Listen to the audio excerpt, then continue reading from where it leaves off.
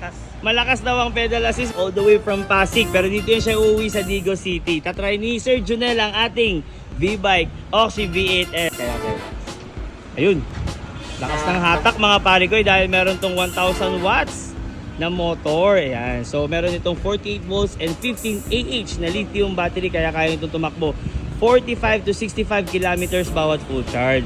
Kompleto din to sa ilaw dahil meron itong headlight, taillight, brake light at saka signal light. Ayan. Napakagara ng ating V-Bike Oxy V8S. Oh. Sige, try nyo po yung pedal assist. Huwag po kayong magto-throttle. Pa-jack lang po. Sige po sir.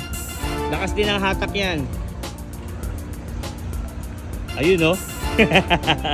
So yan naman ang ating pedal assist mga pare ko. Kita nyo? Mabibilang nyo lang ilang pa-jack yun pero napakalakas na ng hatak. Yee! Mismo. Kamusta naman ang hatak ng pedal assist, sir? Okay naman po. Okay, malakas ba ang pedal assist? Malakas. Malakas daw ang pedal assist mga pare ko. Thank you ulit, sir. Thank you ulit, sir. Yan, yeah. Dito lang yan sa Bangkal, Davao City, delivery buong Pilipinas at sa ibang bansa.